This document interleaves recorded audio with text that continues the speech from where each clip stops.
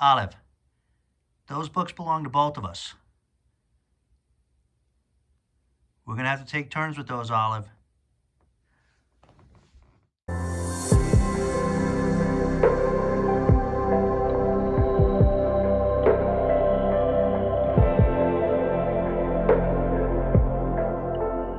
Hey everybody, it's Dave and Olive. We're here to do a monthly wrap-up. Before we get started, if you're new to this channel or you haven't yet subscribed, please consider hitting that subscribe button along with the notification bell so that you get notified each time Olive says it's okay for us to upload another video. Today, we're reviewing the books that we read in the month of March. So it should be a relatively quick one because unfortunately our completion rate wasn't nearly as good as we had hoped. The reason is, the main book we were reading this month is Deadhouse Gates by Steven Erikson. We started the Malazan. This is a second book in a 10-part epic fantasy series. We started this in January with a read-along at Mike's Book Reviews. We read the first one in January. We saved this second one for March, and unfortunately, we didn't quite get it done while we were reading a few other things. We are having a lot of fun with this book, and we're still not quite done. We're going to wrap it up, but there is one reason that we didn't finish this book this month. That is, there's one of me, there's one of Olive, and there's one book. We did this in January, and we had a few issues then, as you may recall. This book is even a little bit longer, and let's just say we had even more problems this time around.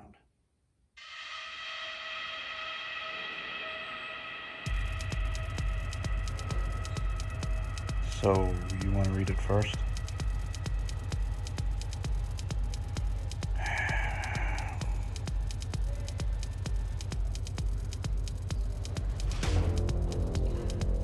Look, we have to take turns. You got to be reasonable about this.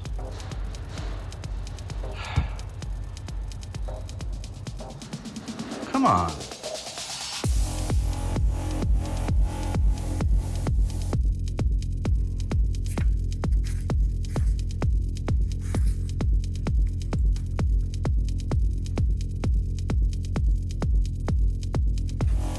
Come on, man, I'm trying to read that. I'm trying to read that. All personnel, please evacuate to the nearest lab and report to your supervisor. But we're going to do our best to finish this up quickly.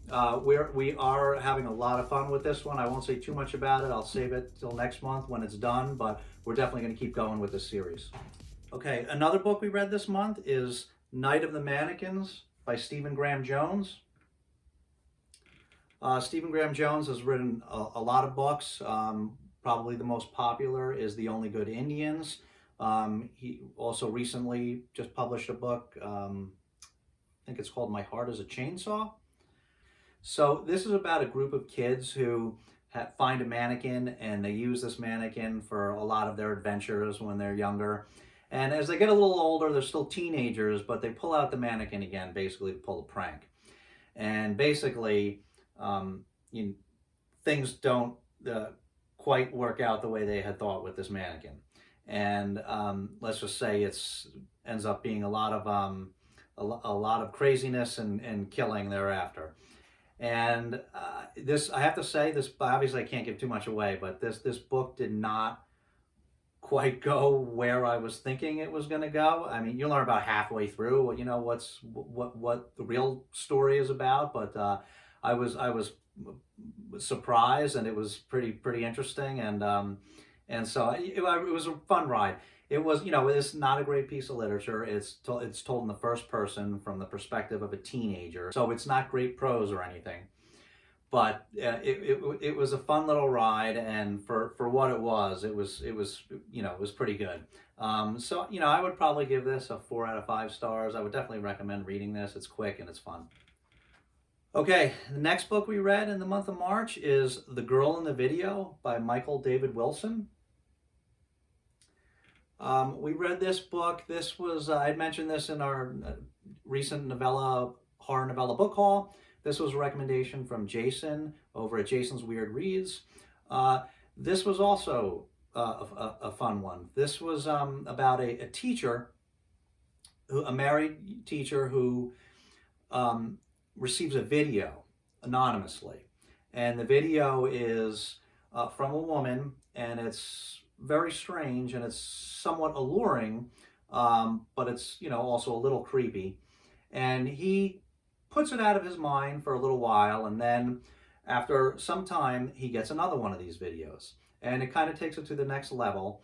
And this kind of keeps going. And he finds it strangely alluring, but there's information there and other forms of media that come through that are personalized, that this anonymous that someone else shouldn't know, and he's weirded out by it, but feels that he can't report it, can't do anything about it, so he kind of lets it go on, and it becomes crazier and crazier, and obviously starts to interfere with his life, and some really unpleasant things happen. So there's a trigger for child violence in here, but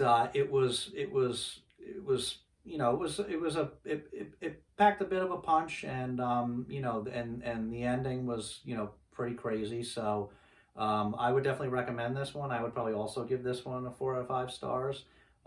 So yeah, it was good. Okay, so another book we read in the month of March is The Near Witch by Victoria Schwab, which I will put down here because it was an audiobook. Everybody on BookTube knows who Victoria Schwab is. She wrote the very popular Shades of Magic series, wrote the recently very popular The Invisible Life of Addie LaRue, along with a bunch of other things. The Near Witch, I believe, was her first book.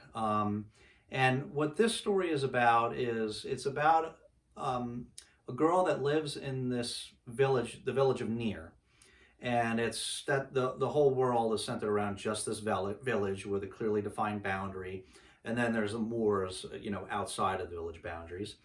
And she lives near the edge because of her now deceased father used to be a hunter. But now she lives with her mother and her sister, and she has kind of an overbearing uncle who's around a lot, who is also kind of in charge of the law and order for the village. And also on the edge of the village live these two sisters that are witches. And they have they kind of live outside the village, but have an affiliation with the village, which is kind of how it's always been. And it's named after a character called the Near Witch, who, according to legend, used to be part of the village many years ago, and then based on certain things that happened, was driven out. And you find out more about the real story later on, which I obviously am not going to give away. The main character is a teen that meets another new mysterious figure in the beginning of the story that shows up at the village of Near, and then children start disappearing from the village, and so. There are these various witch connections between this legend of the Near Witch and the witch sisters that live, on the edge of the village. And there's this mysterious new figure that had showed up, and there's a hunt to find what's happening to the children, and that's basically what the story was about. It was wasn't an overly complex one. It was a good story, and like all of Victoria Schwab's stuff, it was well written. It was a little on the simpler side, but I hesitate to I didn't absolutely love this book, but I hesitate to rate it because it's targeted really for a younger audience than me. So on my scale, it would probably be around a 3, but it probably deserves a higher rating for that based on the audience that it's intended for. So it was enjoyable enough. It was a good story. And finally, we read The Ashbourne Boy, which I will also put below because that was also by audiobook. And this was a prequel that Victoria Schwab later wrote. She actually gave away for free, that she wrote really as just a thank you to her fans. And this one's a novella, I guess you would call it. It's much shorter, And this is a prequel that is centered around one of the characters that is involved in the Near Witch, and it basically tells their backstory. And this one I actually liked better than the Near Witch itself. And I don't know if that's because it was better because Victoria Schwab wrote it later, or maybe just because it was more condensed, which was maybe, I like better because, like, as I said, the target audience is a younger targeted audience. So maybe since, there was less fluff and it was more condensed, maybe that's why I liked this one a little bit better. Also, again, I mean, didn't love it, but, where I placed maybe the Near Witch at 3 and maybe put this one like a 3.5. But again, that's on my scale. And it probably deserves a higher rating for the targeted audience. But it was good. It was a good, quick read. Actually, because I got the audiobook with the Chirp app, and I don't know if it's just there, but on the Chirp app it actually came packaged with the Near Witch, which was nice. So I guess if you're buying the audiobook, maybe check and see if it's a version that includes the Ashbourne Boy with it. So that's all we read in the month of March. We have a lot of stuff on the plate for April, so it's definitely going to be a more productive month. We're going to finish Malazan and start the next one. And remember, if you like this video, please give it a thumbs up. Remember to subscribe and hit that notification bell, and we'll see you next time. Bye-bye.